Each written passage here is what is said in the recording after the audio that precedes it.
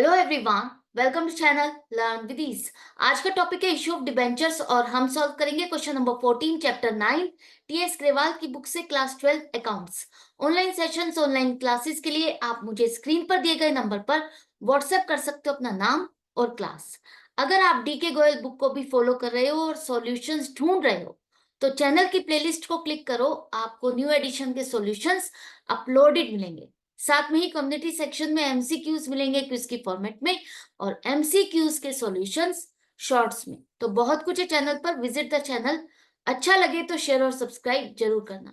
Question में दिया है कि डेकोर लिमिटेड एक कंपनी है जिसने 20,000 डिबेंचर्स पब्लिक को इशू किए, ऑफर किए।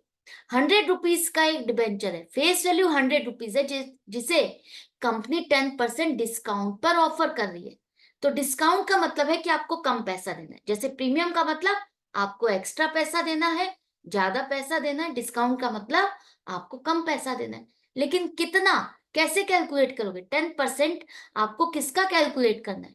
10% आप फेस वैल्यू पर कैलकुलेट करोगे। जैसे प्रीमियम आप फेस वैल्यू पर कैलकुलेट करते हो, उसी तरह से डिस्काउंट भी फेस वैल्यू पर ही कैलकुलेट करोगे। तो 100 रुपीज का 10%, 10 रुपीज आपको डिस्काउंट दिया जा रहा है। मतलब अब जो डिबेंचर खरीदना चाहता है उसे 100 रुपीज नहीं, 90 रुपीज की पेमेंट करनी है, जिसे इंस्टॉलमेंट में डिमांड किया जाएगा। 30 रुपीज एप्लीकेशन, 40 रुपीज अलॉटमेंट और बाकी का पैसा 20 रुपीज फाइनल कॉल पर। कंपनी कह रही है कि उसके सारे डिबेंचर सब्सक्राइब हो गए, हमने अलॉटमेंट भी कर दी और अलॉटमेंट का पूरा पैसा भी मिल गया। लेकिन फर्स्ट एंड फाइनल कॉल है जो कि कंपनी ने अभी डिमांड नहीं की। आपको जर्नल एंट्रीज बनानी है। तो फर्स्ट एंट्री हमारी क्या होगी और कैलकुलेशन को समझ लो। 100 रुपीज का डिबेंचर, 10 रुपीज का डिस्काउंट, तो 90 रुपीज। 90 रुपीज में एप्लीकेशन पर अगर कंपनी 30 रुपीज डिमांड कर रही है तो डिस्काउंट कंपनी कब, कौन सी कॉल पर कर रही है? अलॉटमेंट पर। जैसा कि लिखा है ₹40 आफ्टर डिस्काउंट ऑन अलॉटमेंट है आपका, ये बुक में प्रिंटिंग मिस्टेक है, तो ये आफ्टर डिस्काउंट ऑन अलॉटमेंट है। राइट। तो ₹40 आफ्टर डिस्काउंट का मतलब अलॉटमेंट पर हम 50 - 10, ये 10 रुपए का डिस्काउंट हम अलॉटमेंट के टाइम पर रिकॉर्ड करेंगे। 40 रुपीज अलॉटमेंट और बाकी का पैसा फाइनल कॉल पर 20 रुपीज, 90 रुपीज हो गया।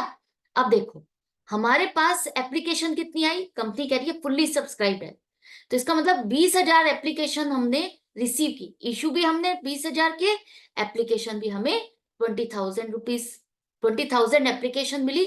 और पैसा हमें 30 रुपीज हमने डिमांड की, भी जिसे खरीदना है वो 30 रुपीज जमा कर दे, ताकि हमें पता चल जाए कि आप खरीदना चाहते हो। तो इस तरह से हमारे पास 6 लाख रुपीज बैंक में जमा हो गए। बैंक अकाउंट डेबिट हो गया 6 लाख से। 6% डिबेंचर्स एप्लीकेशन अकाउंट क्रेडिट करोगे 6 लाख से। एप्लीकेशन अकाउंट ही क्यों करेंगे? क्योंकि एप्लीकेशन के नाम का पैसा आपको रिसीव हो रहा है। हमारे बैंक में तो पैसा आया, लेकिन किस वजह से आया? एप्लीकेशन के नाम का पैसा आया। जो आपने डिबेंचर का प्रोडक्ट लॉन्च किया, उसका पहला हिस्सा जो पैसा आपको मिला वो एप्लीकेशन के नाम पर मिला। तो 26% डिबेंचर एप्लीकेशन अकाउंट। अब ये टेम्परेरी अकाउंट है, यहां पर अभी फाइनल नहीं होता कि हम डिबेंचर अलॉट कर रहे हैं नहीं कर रहे हैं। जब पैसा मिल जाता है उसके बाद कंपनी डिसाइड करती है कि वो डिबेंचर अलॉट करे या नहीं करे। तो फर्स्ट टाइम तो उसको नहीं क्लियर होता कि उसके कंपनी में कोई इंटरेस्टेड है भी या नहीं। जब पैसा मिलता है, एप्लीकेशन, नंबर ऑफ एप्लीकेशन मिलती है, उसके बेस पर वो डिसीजन लेती है। अब ये पैसा हमारे पास आ गया, तो ये एप्लीकेशन का पैसा हम फाइनली जो रिलेटेड अकाउंट है उसमें ट्रांसफर करेंगे। अब रिलेटेड अकाउंट का मतलब क्या है कि ये पैसा आप एक तरह से डिबेंचर पर इकट्ठा कर रहे हो, इंस्टॉलमेंट पर। डिबेंचर आपका लोन है, तो पहला हिस्सा आपको लोन का मिला, तो वो आप लोन अकाउंट में ही ट्रांसफर करोगे टू 6% डिबेंचर्स अकाउंट 6 लाख। जैसे शेयर्स का पैसा आपको मिलता है, शेयर कैपिटल में ट्रांसफर करते हो, उसी तरह से यहां पर जो पैसा मिलेगा वो डिबेंचर्स अकाउंट में आप ट्रांसफर करते जाओगे। ये तो टेम्परेरी अकाउंट था, डेबिट और क्रेडिट होकर के क्लोज हो गया। परमानेंट अकाउंट आपका बैंक और डिबेंचर अकाउंट रहेगा। पैसा मिला, ये किस लिए मिला? क्योंकि हमने लोन लिया है, एक तरह से डिबेंचर पब्लिक से हमने लोन इकट्ठा किया है। ये बात समझ में आ गई। अब जब एप्लीकेशन की कहानी पूरी हो गई तो कंपनी के पास पूरी लिस्ट तैयार है। कि किसको डिबेंचर्स अलॉट करने, कितने डिबेंचर अलॉट करने, तो वो अलॉटमेंट की तैयारी करती है। अलॉटमेंट की तैयारी करने के लिए अब वो शॉर्ट है कि पैसा उसे मिल जाएगा, तो क्या करेगी कंपनी, पहले ड्यू की एंट्री बनाएगी। अलॉटमेंट के पैसे के लिए पहले ड्यू की एंट्री बनेगी, फिर बैंक की एंट्री बनेगी। एप्लीकेशन के टाइम पर तो कंपनी श्योर ही नहीं थी कि पब्लिक इंटरेस्ट लेगी या नहीं लेगी, हमने जितने इशू किए कितनी एप्लीकेशन मिलेगी। तो वहां पर ये आइडिया लेने के लिए कि हमारे पास कितनी एप्लीकेशन आती है, पहली एंट्री हमारी बैंक की बनती है, उसके बाद हम उस पैसे को डिबेंचर में ट्रांसफर करते हैं। इसके बाद तो हम शॉर्ट है, हमारे पास लिस्ट है तैयार कि किसको अलॉटमेंट करनी है। तो हम यहाँ पर पहले ड्यू की एंट्री बनाएंगे ताकि हम ट्रैक रख सके कि हमें पैसा मिलना कितना है। तो 20,000 डिबेंचर्स पर 40 रुपीज आफ्टर डिस्काउंट लिखा है, इसमें से दोबारा से 10 रुपए माइनस मत करना। ये माइनस करने के बाद मतलब इतना पैसा आपको मिलना चाहिए, तो 8 लाख रुपीज आपके पास आने चाहिए, इकट्ठा होने चाहिए। 10 रुपए आप जो डिबेंचर्स पर डिस्काउंट दे रहे हो वो आपका नुकसान है, कंपनी का नुकसान है। तो नुकसान है तो हम क्या करेंगे, डेबिट करेंगे, अपनी बुक्स में रिकॉर्ड करेंगे, discount on issue of debentures account debit 2 lakh rupees. हमारा जो डिबेंचर है वो तो 100 रुपए का है, उसी हिसाब से हम उसकी रिकॉर्डिंग करेंगे। तो 26% डिबेंचर्स अकाउंट को 50 रुपीज से आप यहाँ पर क्रेडिट करो कि हमें एक तरह से इस इंस्टॉलमेंट पर 50 रुपए मिल गए हैं। बेशक हमें 40 रुपीज मिल रहे हैं, 10 रुपए तो आप खुद ही लोगों को डिस्काउंट दे रहे हो, तो ये नुकसान है, लेकिन प्रोडक्ट की वैल्यू आपकी क्या है, आपके प्रोडक्ट की वैल्यू 100 रुपीज है।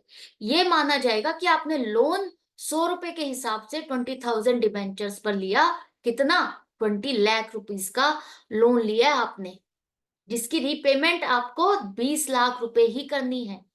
आप 10% माइनस करके 18 लाख की आपको रिपेमेंट नहीं करनी। 18 लाख अगर आप रिसीव कर रहे हो तो 18 लाख ही रिपे नहीं करने, आप डिस्काउंट दे रहे हो वो खर्चा है, लेकिन लोन की अमाउंट मानी जाएगी वही जो आपकी फेस वैल्यू है, फेस वैल्यू पर ही आप इसको रीपे करोगे। और अगर इंटरेस्ट भी कैलकुलेट करना है तो वो भी आपकी फेस वैल्यू पर ही कैलकुलेट की जाएगी, 20 लाख पर। ये बात समझ में आ गई। अब ड्यू की एंट्री बना ली ताकि हम ट्रैक रख सके।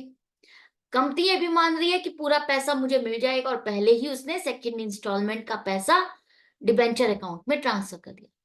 क्या एक्चुअल में हमें पूरा पैसा मिला या नहीं मिला? हाँ, यहाँ कंपनी ने लिखा है कि मुझे पूरा पैसा अलॉटमेंट पर मिल गया। तो बैंक अकाउंट को आप डेबिट करो 8 लाख रुपीज। अब 2 लाख रुपए ये डिस्काउंट दिया, ये पैसा नहीं मिलेगा, पैसा आपको 40 रुपीज के हिसाब से मिलेगा। तो 8 लाख रुपीज आप डेबिट करो बैंक में टू 6% डिबेंचर्स अलॉटमेंट अकाउंट। ये पैसा क्यों मिला, अलॉटमेंट का मिला, 8 लाख रुपीज। तो 8 लाख और 8 लाख ये तो डेबिट और क्रेडिट होकर के खत्म हो गए। 10 लाख ये डिबेंचर अकाउंट हो गया, बैंक अकाउंट में पैसा आ गया, ये परमानेंट हो गया। ये जो डिस्काउंट है इसका क्या करें, क्या ये बैलेंस शीट में जाएगा? नहीं। तो इसको कहाँ करें, इसका बैलेंस स्टैंड करें हमारी बुक्स में, तो इसको भी तो क्लोज करना होगा। इसको क्लोज करने का तरीका ये है, ये खर्चा है, खर्चा नॉमिनल अकाउंट है और नॉमिनल अकाउंट के बैलेंसेस हमारे प्रॉफिट एंड लॉस अकाउंट में ट्रांसफर होते हैं। कंपनी है तो statement of profit and loss, तो statement of profit and loss में आप डेबिट करो 2 lakh rupees to discount on issue of debentures 2 lakh. तो ये अकाउंट भी आपका क्लोज हो गया, खत्म हो गया। ये खर्चा हम अपने बुक्स में रिकॉर्ड कर लेंगे। खर्चा है ना, आपने डिवेंचर्स इशू किए, उस पर आपको 20 लाख की जगह कितना पैसा मिल रहा है, 18 लाख। तो ये 2 लाख का पैसा जो आपको कम मिला, ये हमारा खर्चा, जो कि हम अपने प्रॉफिट एंड लॉस अकाउंट में रिकॉर्ड करेंगे। अब फाइनल कॉल तो कंपनी ने डिमांड ही नहीं की, जब डिमांड ही नहीं की तो हम ना तो ड्यू की एंट्री बनाएंगे और ना ही पैसा रिसीव होगा। तो आई होप यहाँ तक आपको अच्छे से समझ में आ गया। तो इसी तरह से कनेक्टेड रहो, सीखते रहो, समझते रहो। ये क्वेश्चन तो यहाँ पर कंप्लीट हो गया। मिलते हैं नेक्स्ट वीडियो में नेक्स्ट क्वेश्चन के साथ, अपनी प्रैक्टिस जारी रखते हुए। डाउट या कंफ्यूजन है कमेंट सेक्शन में लिखो, I will definitely reply you. Good bye and take care.